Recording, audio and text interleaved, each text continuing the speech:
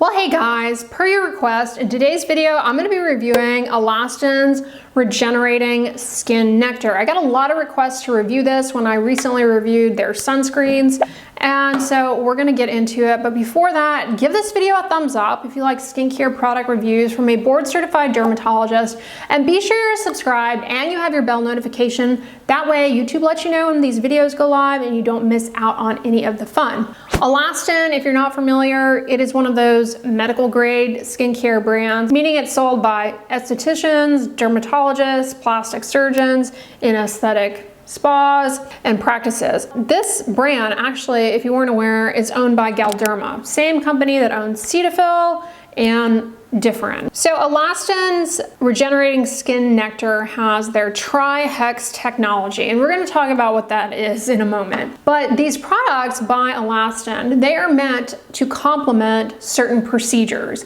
So I think that is where a lot of you guys have heard about them. You know, maybe you received a certain laser treatment and you were advised to use these products. And now you want to know more about them. Specifically, these products are meant to complement ablative resurfacing laser treatments. Ablative resurfacing lasers, they work by vaporizing skin structures to trigger new collagen production and wound healing responses. They've been around since the 80s, but we've made a lot of advancements to the technique, the approach, the devices. Despite these advances, laser resurfacing, it does create skin injury that is not without the potential for complications during the healing stages. And adverse events that can happen from these include, you can develop a dermatitis, persistent redness, acne-like breakouts, discoloration, skin infection, and scarring. Now, getting the best results and minimizing adverse events from laser resurfacing treatments, it's largely operator dependent, meaning it depends on the skill of the operator, as well as appropriate patient selection and the correct laser settings. Now, historically, either petrolatum or dimethicone-based ointments are used during the healing stages.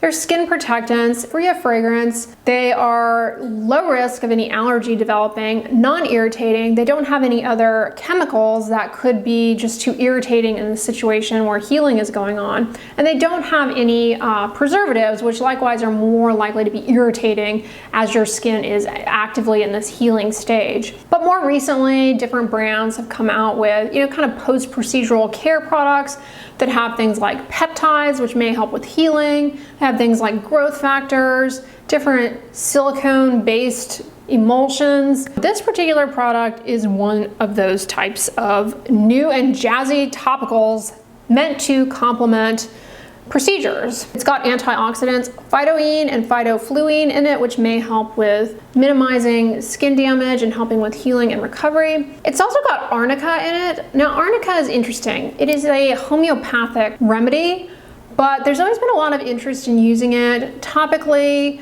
to minimize bruising. The research on arnica, it's kind of loosey-goosey, a bit all over the place, but a lot of cosmetic dermatologists like to recommend topical arnica after procedures to minimize bruising. So that's something in this as well. And this has two peptides. Palmitoyl tripeptide 1, which is a collagen fragment that in theory will help stimulate new collagen production, which is ultimately the goal of these ablative laser resurfacing treatments. And it also has palmitoyl hexapeptide 12, which is a little peptide fragment that is found in Alastin. And the idea here is that it's going to help with improving elasticity in the skin. There is a small industry-based study with this peptide showing an improvement in skin tone and elasticity. Don't put too much weight on it. It's an industry study. They did a 1-month clinical study in 10 women. They had the women apply this peptide twice a day. At the end of the study, which was 1 month, they noted an improvement in skin firmness by 33% and an improvement in skin tone by 20%. Interesting, but more research is always needed. If anything, they are good humectants, meaning they help with skin hydration. Now, this has silicones in it: cyclopentasiloxane and dimethicone. It also has pentaerythritol tetraisostearate. This is an emollient that gives this product a very nice cushiony texture. Allegedly, this product is going to work synergistically with a ablative resurfacing laser treatment to not only help with post-procedural care recovery, it likewise may help with getting you potentially better results, I guess, provided, you know, the collagen peptide actually does what allegedly it says it does. I don't know about that. Now, there is one small clinical study using the Tri-Hex technology products.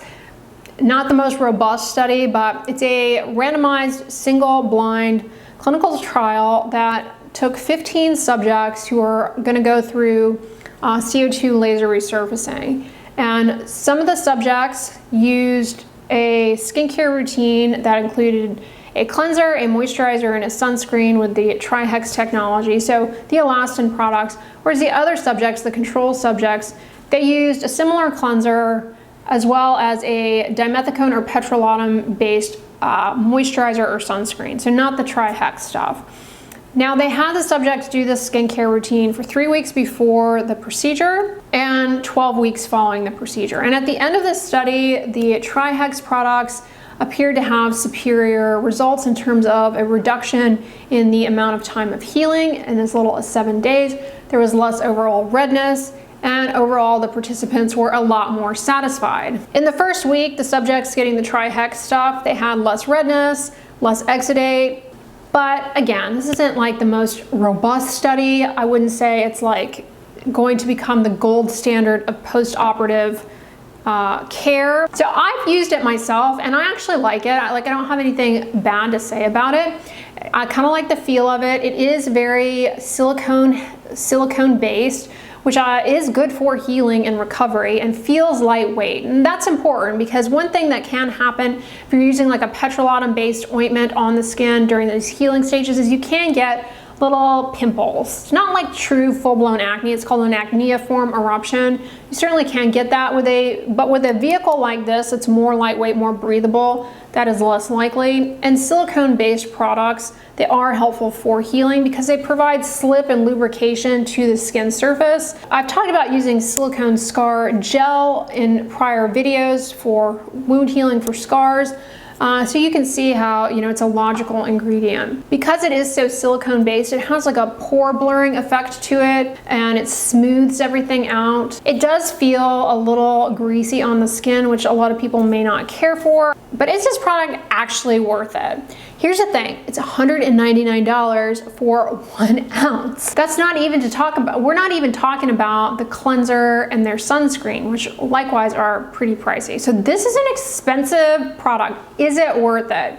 Here's the thing, if you are going to a cosmetic dermatologist and they have asked you to purchase this to complement the procedures that you are getting, then I do suggest following their advice. I always suggest following the advice of your treating physician, 100%.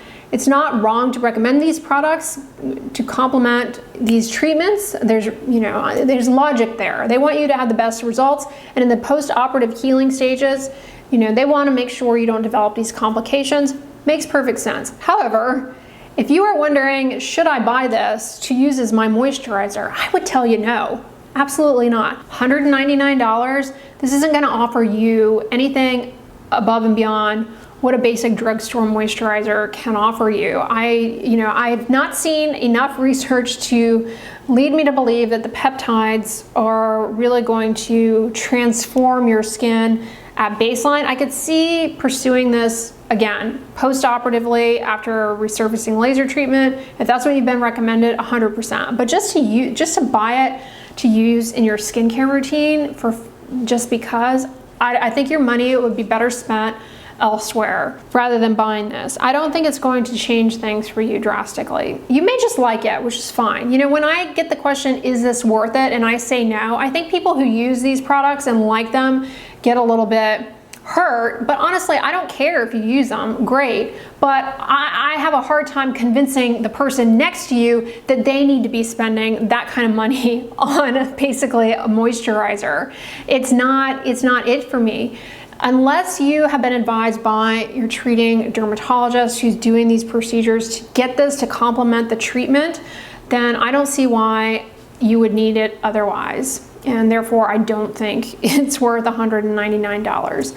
Let me know in the comments if this is something that you have used, and do you think that it has benefited you in any way? I would love to hear your experience with it, but personally I just don't see this as offering much in a basic skincare routine. For the purposes of just an anti-aging skincare routine, I think you're better off focusing on tried and true ingredients, like of course sunscreen, but when we're talking about active ingredients, the vitamin A derivatives, retinol or retinaldehyde or prescription tretinoin, even vitamin C, which you guys know I don't think works in the majority of products.